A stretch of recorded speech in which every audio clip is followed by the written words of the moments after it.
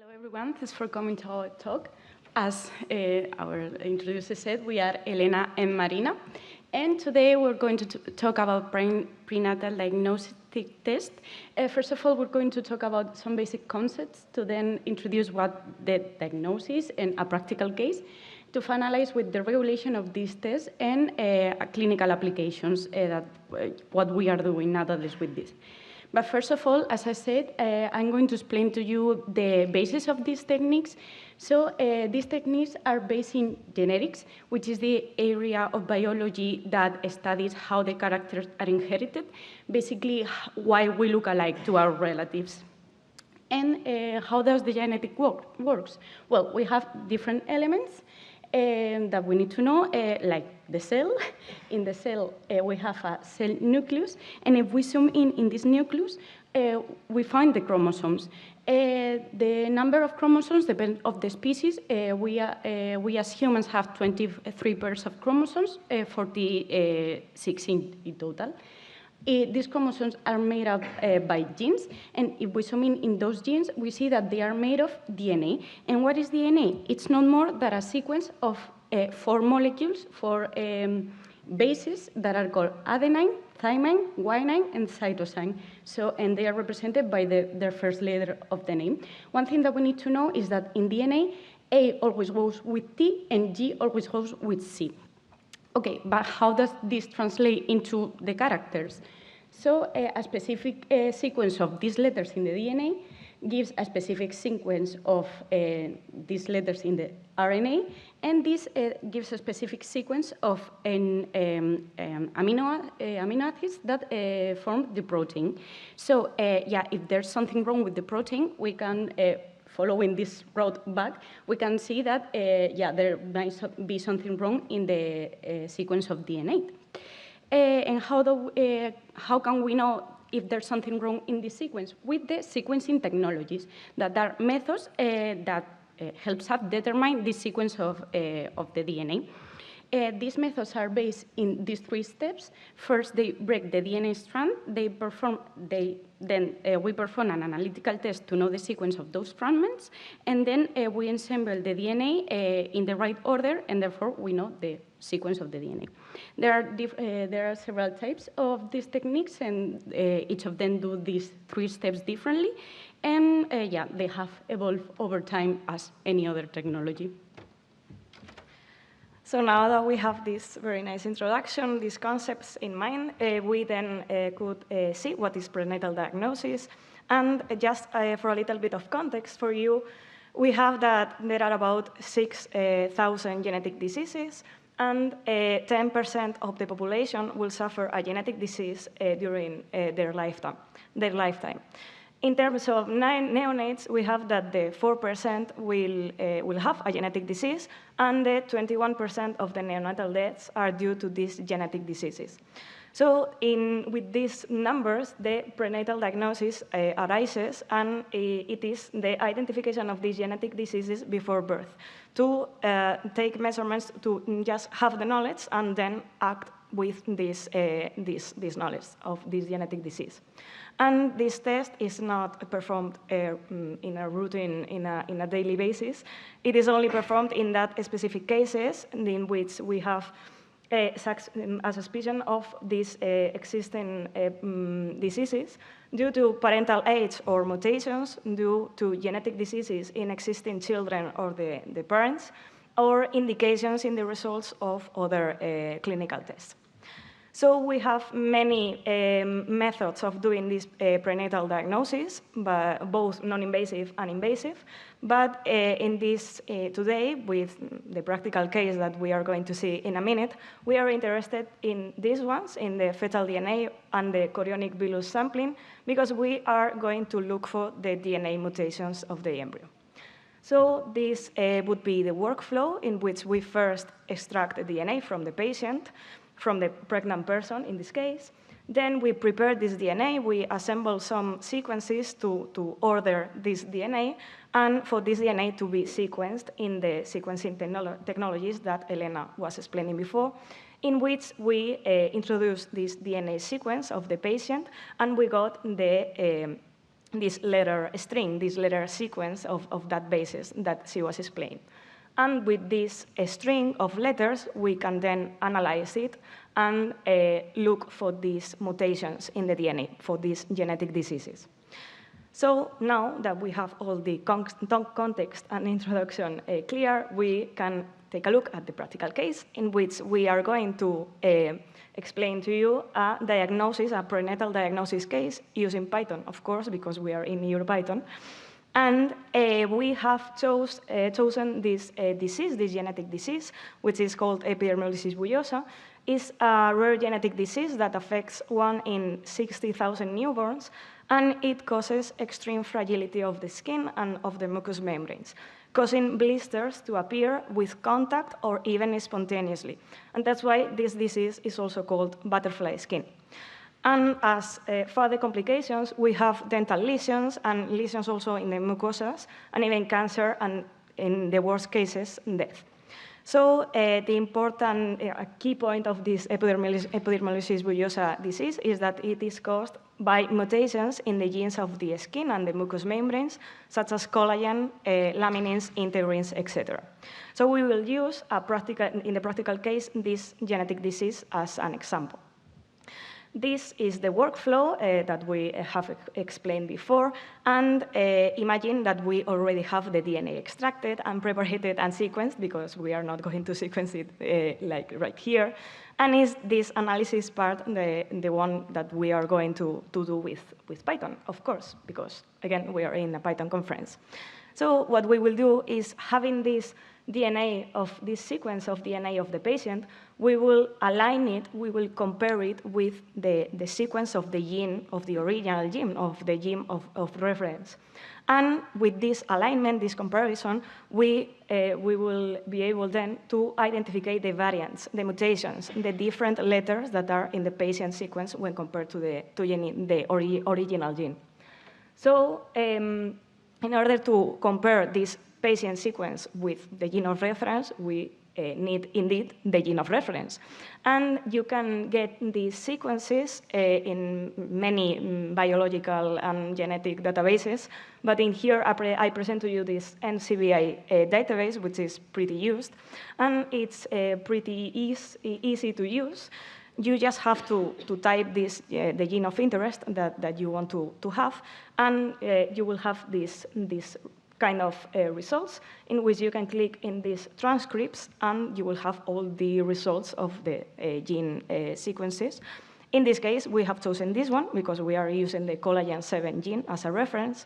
And if you click on it, you can save it in FASTA file, which is a text file specific for genetic things. So having this gene of reference, we can now do the alignment and compare it to our patient sequence. And you will have the code, the files that we are going to use, and the slides, these slides of our presentation in this GitHub, in case you want to replicate the practical case or try this script with some gene of interest of yours. And well, we are going to take a look now at this script. It's very, very simple, very easy. And on it, what we do is first read the sequence of the patient and of the gene of interest with this little function that you can see here, in which we use this library because it permits the user to select the file within the folder. It's more user-friendly than using like coding and the script itself, because speaking sincerely, physicians and biologists and all of them in this world, most of them, I don't program in my daily life, so it's to having this script more user-friendly. But it's very simple. We simply select the files, first of the gene of interest, and then for the patient.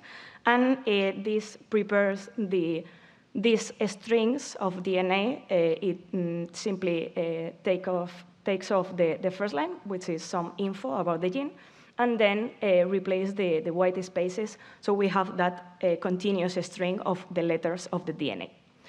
Then with the gene of the reference gene and the patient sequence, we can then perform the alignment to find the mutations. And it is performed with these two functions that you can see here.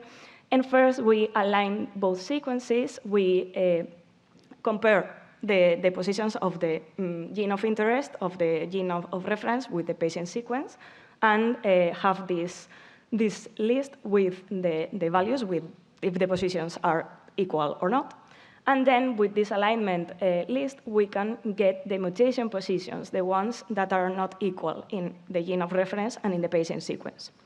And finally, what we are going to do is display this mutation, in which we will show in a screen the mutation position, the original base, the letter that is in the gene of reference, and the mutated base, the letter that is in the patient sequence.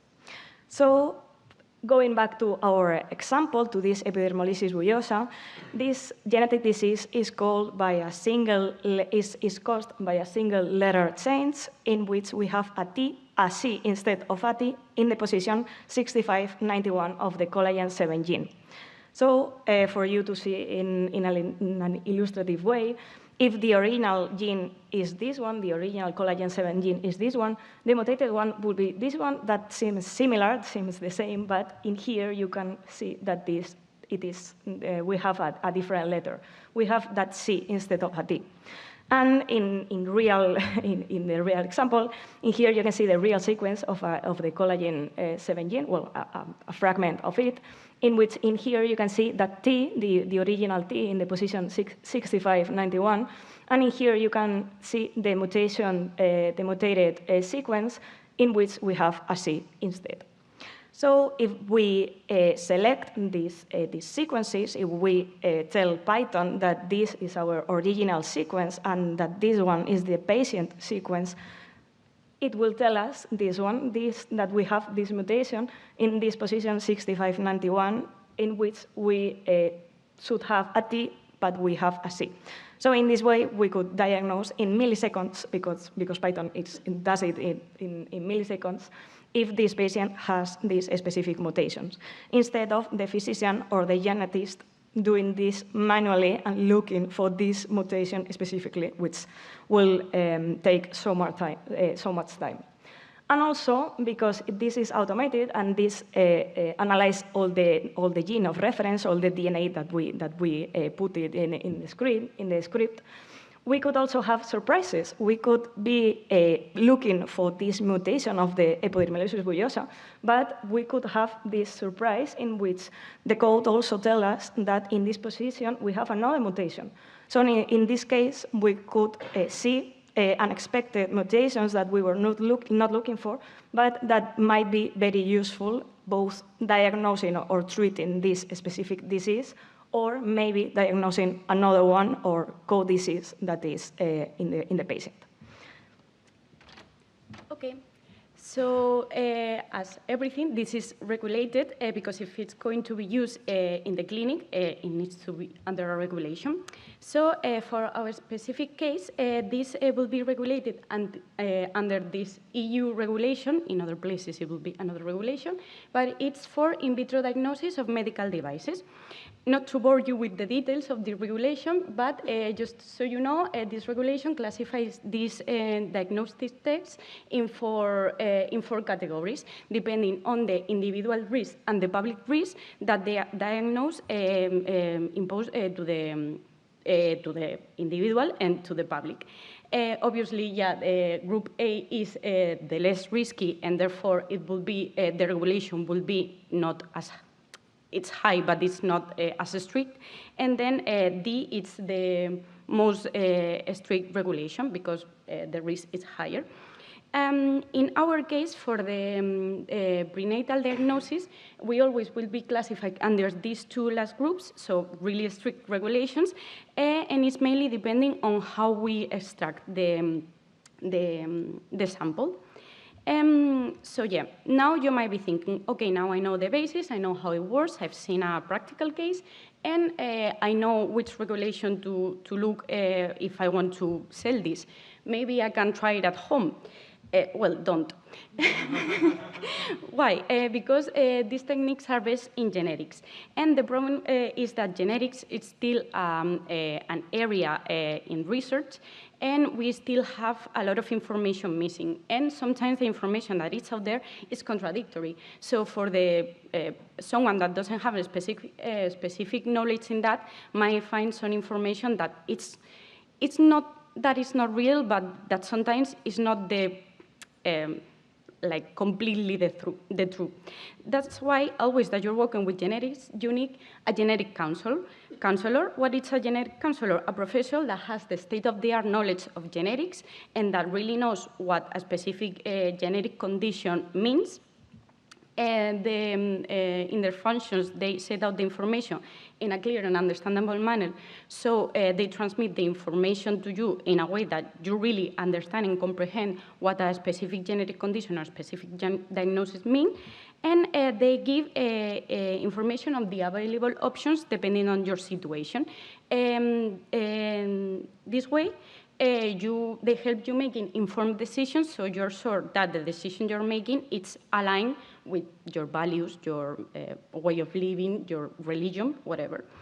They also offer psychological monitoring. It's not that they are therapists, but they have information and they can refer to support groups or therapists that are specialized in a specific diagnosis and a specific condition. Okay.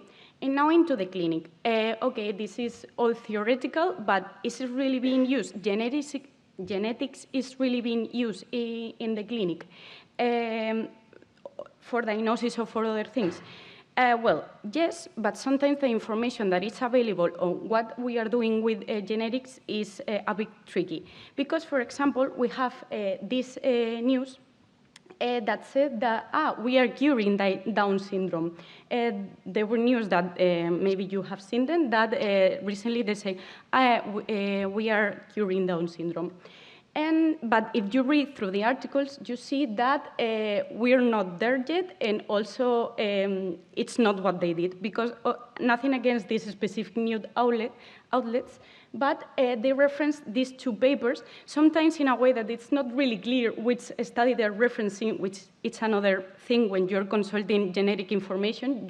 That's why you really need to know what is happening, because in these cases they reference these two studies which are not the same, but what they did was to take a sample of the skin of a person with Down syndrome and they remove the third chromosome there. So people with Down syndrome, as I said before, we as humans have 23 pairs of chromosomes, so 46 in total, but people with Down syndrome have a third chromosome in the chromosome 21.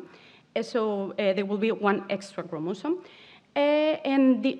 What this causes is for these people to have a higher likelihood of some other diseases, like, for example, blood cancer or cardiovascular diseases. What they were trying to do with these two, in these two studies was to eliminate the third chromosome in the skin tissue to use it to treat these people with Down syndrome, not so much cure it, because, yeah, we cannot cure it. Now you might be thinking, okay, then we can do anything with genetics, because if we know the code and we know the mutations and we know what mutations mean, we can basically make humans on demand and change that sequence in a way that we want to accomplish something.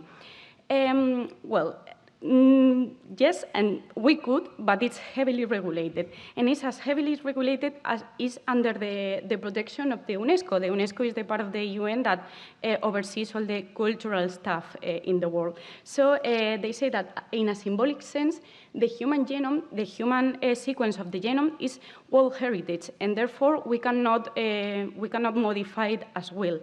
It's so heavily regulated that it's under the protection of it's in the protection of the UN, because it's in the Universal Declaration of Human Rights, the sequence of the genome, because in one of their meetings, they said that the intervention in the human genome should only be allowed to prevent and diagnose diseases or to use it in a therapeutical way. so not to fall under eugenics. Eugenics is selective reproduction. It's basically saying like one specific characteristic of the humankind is superior, and therefore all humankind should have that, specific characteristic. We have already done that. Yeah, we shouldn't do that, and we have this tool that will help us change humans at will, but that would be really, really dangerous, because we might say like, okay, these persons are superior that these other persons because of genetics, because they're genetic sequence. And so, yeah, nowadays we have a lot of people already telling that some people are superior than others based on things that don't make sense. Then, yeah, we shouldn't contribute to that in any way. So, yeah, thank you very much for joining us today.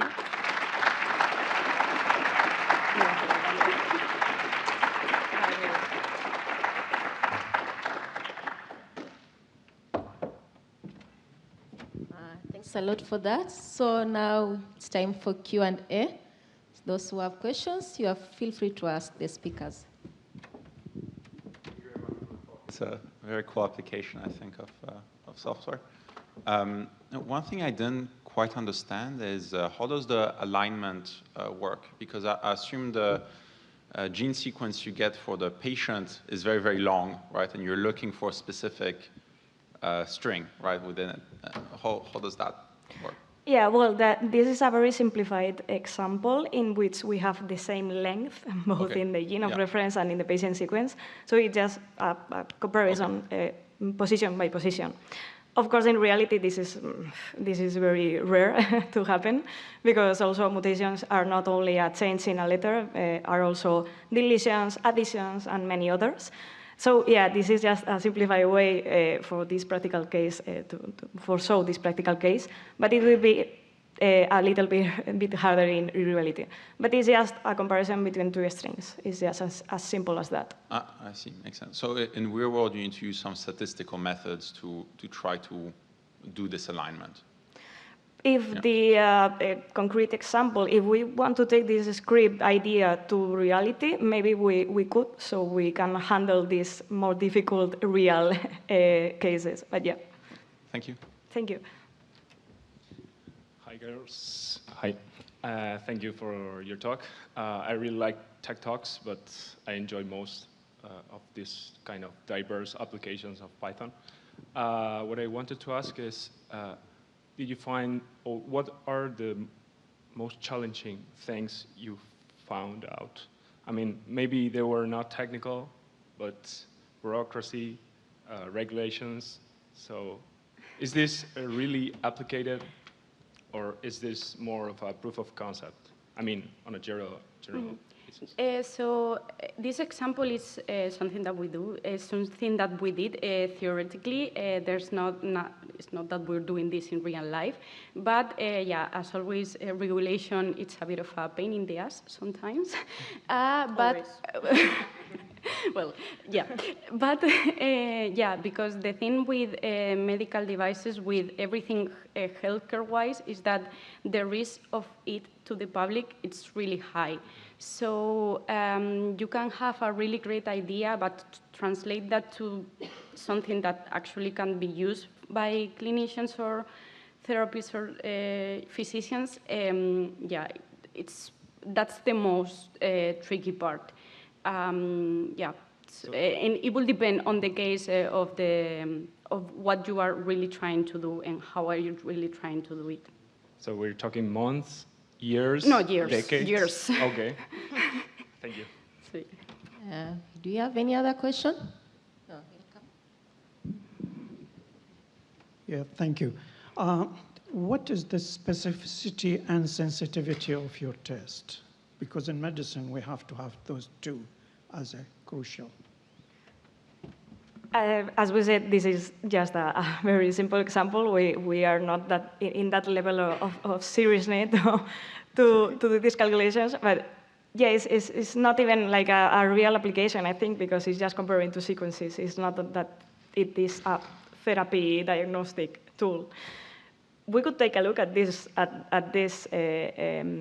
parameters. But I think first we will need to adapt this to other mutations, do this script and this tool more complex, and then it would be very interesting to see at these things. But at this point, it's like, I think it has not so much sense because it's just a line comparing these two sequences. I understand that there are some commercial tests already called like Harmony, for example, that they do something similar to this. Am I right? Or yeah, there are already genetic testings out there. Also, the 23andMe, when they where you send a sample of your DNA and they tell you your heritage, yeah, all the diseases that you may have, there are already tests like that. But the thing is that, as I said, genetics is not as straightforward. So yeah, you really need to know what they are really testing, because, for example, with the 23andMe example, sometimes they say, you have a 5% more likelihood to have this specific cancer. But if you then read through the papers, it's like, okay, yeah, no, it depends. So yeah, this is already being used, but you always need to be careful, and it really needs to be recommended by a physician that really knows what they are doing and what they are testing. Thank you. Thank you. One last question. Do you have another question? Do you have anyone else with a question? Okay. Thank you very much, Helena and Marina, for the amazing session. So you feel free to approach them in case you have more questions.